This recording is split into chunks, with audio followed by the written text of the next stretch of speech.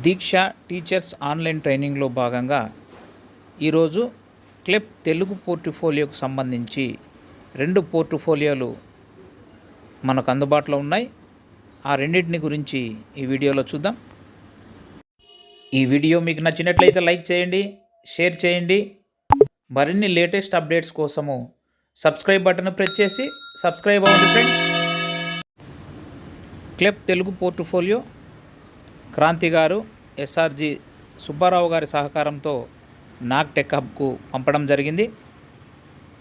మా తెలుగు గొప్పతనం ఒక గేయం ఇవ్వడం జరిగింది. ఏదైనా ఒక తెలుగు పాఠ్యపుస్తకాన్ని పరిశీలించి ఇతివృత్తాలు ఆధారంగా పాఠ్యాంశాల ఎంపికల గల ఉద్దేశాలపై సమీక్ష రాయండి. 3వ తరగతి విద్యార్థులలో స్వీయ రచనా సామర్థ్యం పెంపొందించడానికి అనుసరించదగిన ఏవైనా 3 కృత్యాలను సూచించండి. ఈ మాసపు పాట, ఈ మాసపు కథ అంశాలను సమర్థవంతంగా నిర్వహించడానికి అనుసరించదగిన వ్యూహాలను రాయండి. నేను తీసుకొని పరిశీలించిన పాఠ్యపుస్తకం 4వ తరగతి తెలుగు పాఠ్యపుస్తకం. ఈ 4వ తరగతి పాఠ్యపుస్తకం పిల్లల జ్ఞానాత్మక, సామాజిక, సాంస్కృతిక నేపథ్యాలకు అనుగుణంగా ఉండాలనే విధంగా దేశభక్తి, మహనీయుల చరిత్ర, మానవీయ విలువలు, సమయస్ఫూర్తి, పిల్లల స్వభావం, నైతిక విలువలు, సంస్కృతి సంప్రదాయాలు, హాస్యం, సామాజిక అంశం వంటి ఇతివృత్తాలతో ఈ 4వ తరగతి పాఠ్యపుస్తకం తయారు చేయబడింది. క్రాంతి గారు ఈ పాఠ్యపుస్తకానికి సంబంధించి ఏవేవి ఉన్నాయో అందులో గుర్తించి రాయడం జరిగింది. ఈ ఇతివృత్తాల ద్వారా పిల్లలకు భాషపై మమకారాన్ని పెంచడానికి, భాషను సమర్థంగా వినియోగించడానికి వీలవుతుంది. ఇందుకోసం పాఠాలుగా ప్రాచీన, ఆధునిక రచయితల రచనలను ఎంపిక చేయడం విశేషం.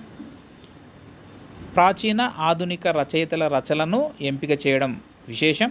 ప్రతి పాఠం ప్రారంభంలోనే కవి పరిచయం ఇవ్వడం ఈ పాఠ్యపుస్తక ప్రత్యేకత. పాఠ్యపుస్తకంలో ఇతివృత్తాలను పరిచయం చేయడానికి గేయం, కథ, సంభాషణ, వ్యాసం, పద్యం, లేఖ వంటి ప్రక్రియలను ఎంపిక చేయడం జరిగింది. ఇవి పిల్లల్లో భాష పట్ల ఆసక్తిని, ఉత్సుకతను, ఆలోచనను పెంపొందించి భాషాభివృద్ధికి ఉపయోగపడేలా ఉన్నాయని వారు కంక్లూడ్ చేయడం జరిగింది. ఇక 3వ తరగతి విద్యార్థులలో స్వీయ రచన సామర్థ్యం పెంపొందించడానికి అనుసరించదగిన ఏవైనా 3 కృత్యాలను సూచించండి అని చెప్తూ 3 కృత్యాలను ఇవ్వడం జరిగింది.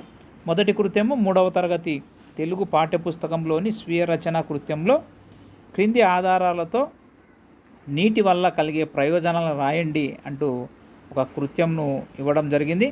అదేవిధంగా క్రింది పదాల ఆధారంగా వర్షంకు సంబంధించి 2 వాక్యాలు రాయండి అని ఈ విధంగా ఇవ్వడం జరిగింది. ఇక వర్షం జోరుగా కురిసింది, ఇట్లా సెంటెన్సెస్ దాన్ని బేస్ చేసుకొని రాయడం చెప్పారు. ఇక 2వ కృత్యానికి సంబంధించి పద్య రత్నాలు అనే పాఠ్యభాగం ద్వారా పద్యాలు నేర్చుకొని అవగాహన పరుచుకొని ఆ పద్య భావాలను స్వీయ రచనా సామర్థ్యం పెంపొందించడానికి కృత్యంగా ఇవ్వవచ్చు.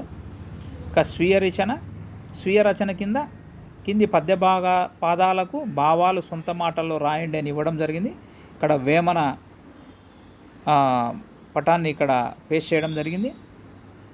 బహుళ కావ్యాలను పరికింపగా వచ్చు, సాధనమున పనులు సమకూరు ధరలోన, స్వార్థపరత కంటే చావులేదు. ఈ రకంగా వేమన చదువు గురించి ఏమని చెప్పాడో రాయండి. దేశ సేవ కంటే పద్యభావాన్ని మీ సొంత మాటల్లో రాయండి అని స్వీయ రచన కింద ఇవ్వడం జరిగింది. ఇక 3వ కృత్యానికి సంబంధించి కొన్ని పదాలు ఇచ్చి స్వీయ రచనా సామర్థ్యం పెంపొందించే కృత్యంగా ఆ పదాలతో కొన్ని వాక్యాలు తయారు చేయమని ఇవ్వడం జరిగింది. ఇక్కడ ఇచ్చిన ఆధారాలతో మీ ప్రాంతంలో ఉన్న ఏరు లేదా నది లేదా చెరువు లేదా కాలువ గురించి 4 వాక్యాలు రాయండి అని స్వీయ రచన కింద ఇవ్వడం జరిగింది. ఇక ఈ మాసపు పాట బోధనా వ్యూహాల కింద రాగయుక్తంగా అభినయం చేస్తూ మొదట టీచర్ పాడాలి. టీచర్ పాడిన తర్వాత పిల్లలు టీచర్ని అనుసరిస్తూ పాడాలి. ఆ తర్వాత ఇద్దరు కలిసి పాడాలి. పిల్లలతో గ్రూపులలో పాడించాలి. చిట్ట చివరకు పిల్లలతో వ్యక్తిగతంగా పాడించాలి అంటే బోధనా వ్యూహాలను చెప్పడం జరిగింది. ఇక ఈ మాసపు కథ బోధనా వ్యూహాలకు సంబంధించి టీచర్ కథను హావభావాలను ప్రదర్శించు చెప్పాలి. కథను చెప్తున్నప్పుడు కథలోని పాత్రలను విద్యార్థులచే అభినయం చేస్తూ చెప్పాలి. కథ మధ్యలో పిల్లల్ని ప్రశ్నిస్తూ ఉండాలి. కథ ముగింపును విద్యార్థులచే ఆలోచింపజేసి చెప్పించాలి అంటే ఈ విధంగా కొన్ని ఇన్స్ట్రక్షన్స్ ఇవ్వడం జరిగింది. చాలా చక్కగా ఈ తెలుగు పోర్ట్ఫోలియోను వివరంగా వివరించడం జరిగింది. ఇప్పుడు తెలుగుకు సంబంధించిన మరో పోర్ట్ఫోలియోను చూద్దాం. పోర్ట్ఫోలియో అంశాలు ఇతివృత్తం ఆధారంగా పాఠ్యాంశాల ఎంపికలో గల ఉద్దేశాలపై సమీక్ష. 3వ తరగతి సంబంధించి తెలుగు తోట, పాఠం తెలుగు తల్లి, ఇతివృత్తం దేశభక్తి తీసుకున్నారు. మొదట సరళమైన గేయం ద్వారా పాఠం ప్రారంభింప చేయడానికి తెలుగు భాష గొప్పతనం, తెలుగు జాతి పట్ల అభిమానం పెంపొందే విధంగా ఉండాలి అంటూ చెప్పడం జరిగింది. పాఠం మర్యాద చేద్దాం, ఇతివృత్తం హాస్యం తీసుకున్నారు. పిల్లలను కడుపుబ్బ నవ్వించే విధంగా రూపకల్పన చేశారు. హాస్యం ద్వారా ఆహ్లాదపరచడం.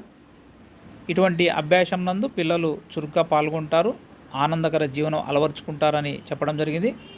ఇక పాఠం వచ్చేసి నా బాల్యం, ఇతివృత్తం కళల గురించి పరిచయం చేశారు. ఆటల పట్ల ఆసక్తి కలిగించడం, వస్తువుల తయారీ విధానాన్ని సొంతంగా నేర్చుకోవడానికి ఈ అంశం ఎంతో దోహదపడుతుంది అంటూ వీరు లెసన్ వైజ్గా ఇతివృత్తం తీసుకొని చెప్పడం జరిగింది. ఇక నెక్స్ట్ పాఠము పొడుపు విడుపు, ఇతివృత్తం వచ్చేసి భాషాభిరుచి, సంభాషణ నైపుణ్యం అభివృద్ధి చేయడం, పిల్లలకు భాషాభిరుచి కలిగించడం, పిల్లలకు పొడుపు కథలపై ఆసక్తి కలిగించడం, నాటకీకరణ అలవాటు చేయడం తదితరవన్నీ కూడా ఇందులో ఉన్నట్లు చెప్పడం జరిగింది. నెక్స్ట్ పాఠం మంచి బాలుడు, ఇతివృత్తం మానవతా విలువలు పెంపొందించడం, పిల్లలు చిన్నతనంలోనే తోడివారి పట్ల దయ, ప్రేమ, కష్టాల్లో ఉన్న వారికి ఆదుకోవాలనే తపన కలిగిస్తుందని ఇందులో చెప్పడం జరిగింది. నెక్స్ట్ పాఠం పేరు ఏ ఊరి ఏరు. ఇక్కడ ఇతివృత్తం ప్రకృతి వర్ణన చెప్పడం జరిగింది. ప్రకృతి వనరులను గుర్తించగలడం, ప్రకృతి పట్ల ప్రేమ పెంచుకోవడం, భాషాభివృద్ధి, ఆనందానుభూతిని పొందుతారని చెప్పడం జరిగింది. ఇక నెక్స్ట్ పాఠం తొలి పండుగ, సంస్కృతి సంప్రదాయాలు. ఈ పాఠంతో పాటు మానవ సంబంధాలు, సంస్కృతి సంప్రదాయాలు తెలుసుకొని భిన్న వర్గాల మధ్య జీవనం సాగించే విధానాన్ని అలవాటు చేసుకుంటారని చెప్పడం జరిగింది. ఈ రకంగా 3వ తరగతి విద్యార్థుల స్వీయ రచన సామర్థ్యం కృత్యాలు కూడా ఇవ్వడం జరిగింది. ఇందులో వర్షంకు సంబంధించిన 2 వాక్యాలు రాయండి అని చెప్పడం జరిగింది. అలాగే పద్య పాదాల భావాలు సొంత మాటల్లో రాయండి అని 3 పద్యానికి సంబంధించిన వాక్యాలను ఇవ్వడం జరిగింది. ఇక వేమన చదువు గురించి ఏమని చెప్పాడో రాయండి, దేశ సేవ కంటే పద్య భావాన్ని మీ సొంత మాటల్లో రాయండి అని చెప్పడం జరిగింది. ఇక వ్యూహాలు, ఈ మాసపు పాట పిల్లల అమితంగా ఇష్టపడే ఒక భాషా ప్రక్రియ పాట, పాటల్లోని పిల్లల మనసులను తాకుతుందని చెప్పడం జరిగింది. అభ్యాసాల స్వభావం, పాట లేదా గేయం ప్రధానంగా దేశభక్తి, ప్రకృతి, లలిత గీతంగా ఉంటాయని చెప్పడం జరిగింది. తరగతి గదిలో ఎలా నిర్వహించాలో ఇన్స్ట్రక్షన్స్ ఇవ్వడం జరిగింది.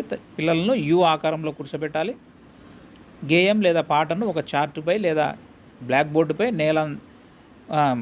బోర్డుపై ఉండేలా ప్రదర్శించాలని చెప్పడం జరిగింది. ఉపాధ్యాయుడు గేయ పాదాలను కనీసం గేయాన్ని 2 సార్లు పాడి విడిపించాలని చెప్పడం జరిగింది. అవసరమైన చోట అభినయం, హావభావాలు జోడిస్తూ పాడాలని చెప్పడం జరిగింది. ఇక ఈ మాసపు కథకు సంబంధించి పాఠాలు పిల్లలకు ఇతివృత్తాలను, ప్రక్రియలను, భాషను పరిచయం చేసే కథలు భాషాభిరుచిని పెంపొందిస్తాయని చెప్పడం జరిగింది. ఇక అభ్యాసాల స్వభావం, కథ పిల్లలకు ఆనందాన్ని, ఆహ్లాదాన్ని ఇవ్వాలి. తిరిగి చెప్పేటందుకు వీలుగా కథనం ఉండాలి. తరగతి గదులు ఎలా నిర్వహించాలో చెప్పడం జరిగింది. హావభావాలతో చెప్పాలి. కథ ఉత్తేజాన్ని కలిగేలా ఉండాలి. కథ వారి సొంత మాటల్లో చెప్పించాలని కంక్లూడ్ చేయడం జరిగింది. ఇది తెలుగు పోర్ట్ఫోలియోకు సంబంధించి మరో పోర్ట్ఫోలియో ఇది.